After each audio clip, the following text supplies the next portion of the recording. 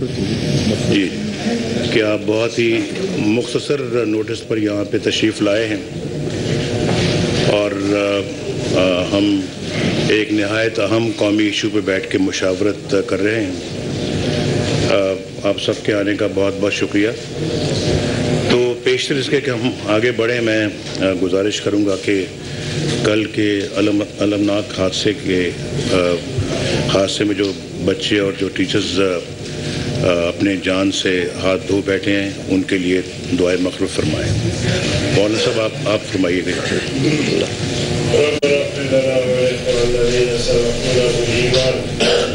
ولا تجعل في قلوبنا غلا للذين آمنوا ربنا إنك رؤوف رحيم. اللهم اغفر لهم وارحمهم وارحمهم. اللهم أكرم نزلهم وبارك فرجهم. اللهم بارك بينهم ولا يخطر ربنا تقبل منا إنك أنت السميع العليم وتب علينا إنك أنت التواب.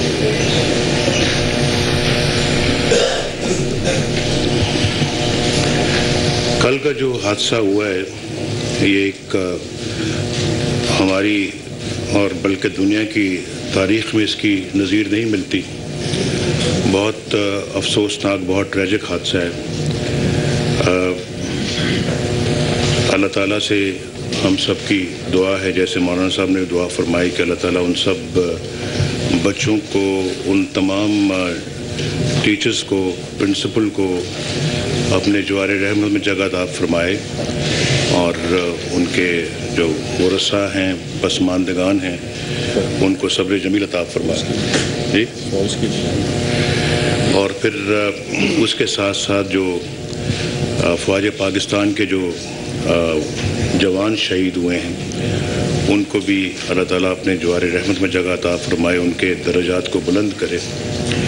اس سے پہلے بھی فوج کے ہمارے جو جوان ہیں، افسر ہیں، سول انتظامیہ کے جو افسر ہیں، جوان ہیں، پولیس کے جو افسر ہیں، جوان ہیں، اسی طرح سے جو سیاستدان ماضی کے اندر اور ان کے بچوں کو جس طرح سے نشانہ بنایا گیا، خاص طور پہ اس صوبے میں، اور اس کے ساتھ ساتھ معصوم شہریوں کو جو نشانہ بنایا گیا، یقیناً اللہ تعالیٰ ان سب کو شہادت کا درجہ دے اور ان سب کو اللہ تعالیٰ اپنے جوار رحمت میں جگہ عطا فرمائے.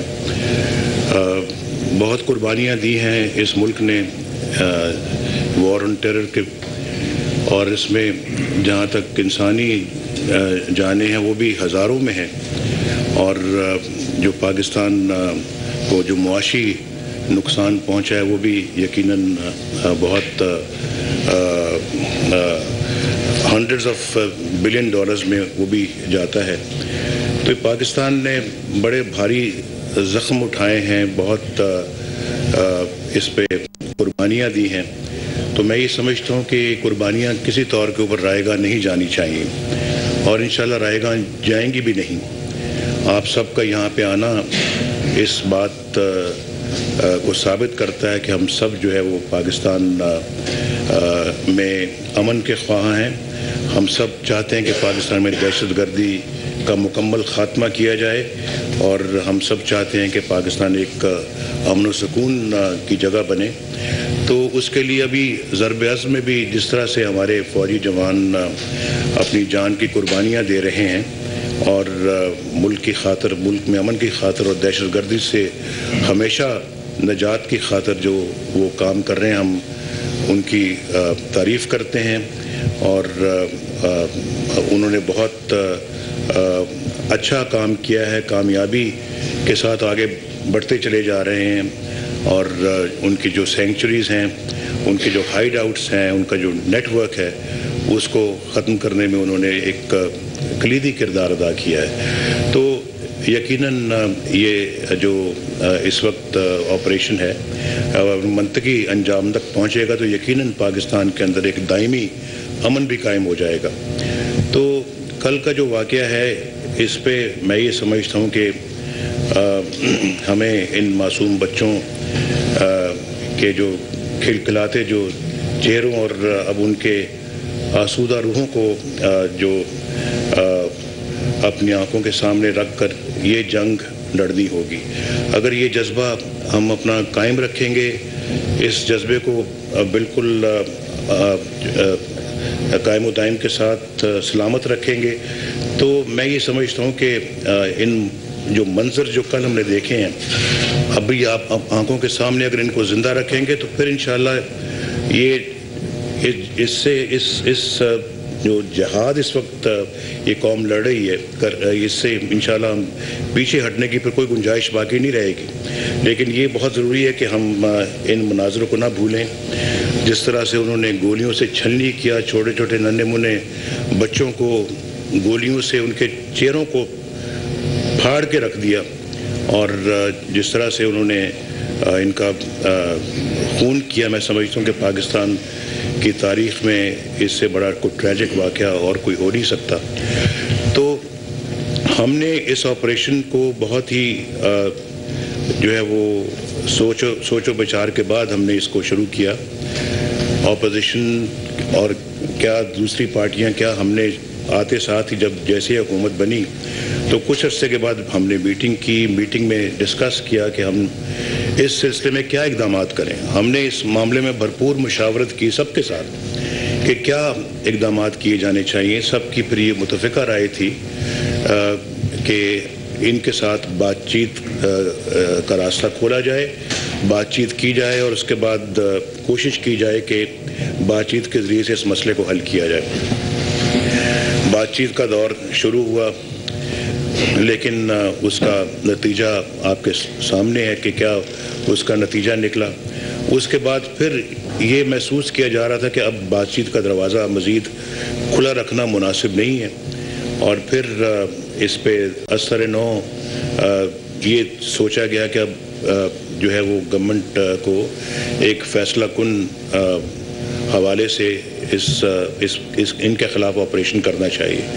لیکن نیشنل اسمبلی کی اسپیچ میں نے اپنا یہ کہا کہ نہیں, ہم ڈائلاگ کو ایک اور موقع دینا چاہتے ہیں, اور پھر ڈائلاگ کو ایک اور موقع دینے کے لیے ہم نے پھر بات چیت کا دروازہ کھولا, اور کچھ عرصہ بات چیت ہوتی رہی. لیکن اس کی تفصیل سے بائیں نارج میرے خیال ہے کہ سب لوگ آگاہ ہیں, تو اس میں کوئی کامیابی نہ مل سکی. اور پھر کراچی کا واقعہ ہوا ایئرپورٹ کا, جہاں پہ آپ نے دیکھا کہ ان دہشت گردوں کے ہاتھوں کئی لوگ مارے گئے, اور پھر وہ دہشت گرد بھی وہاں پہ مارے گئے. لیکن وہ واقعہ کوئی معمولی نوعیت کے نہیں تھا.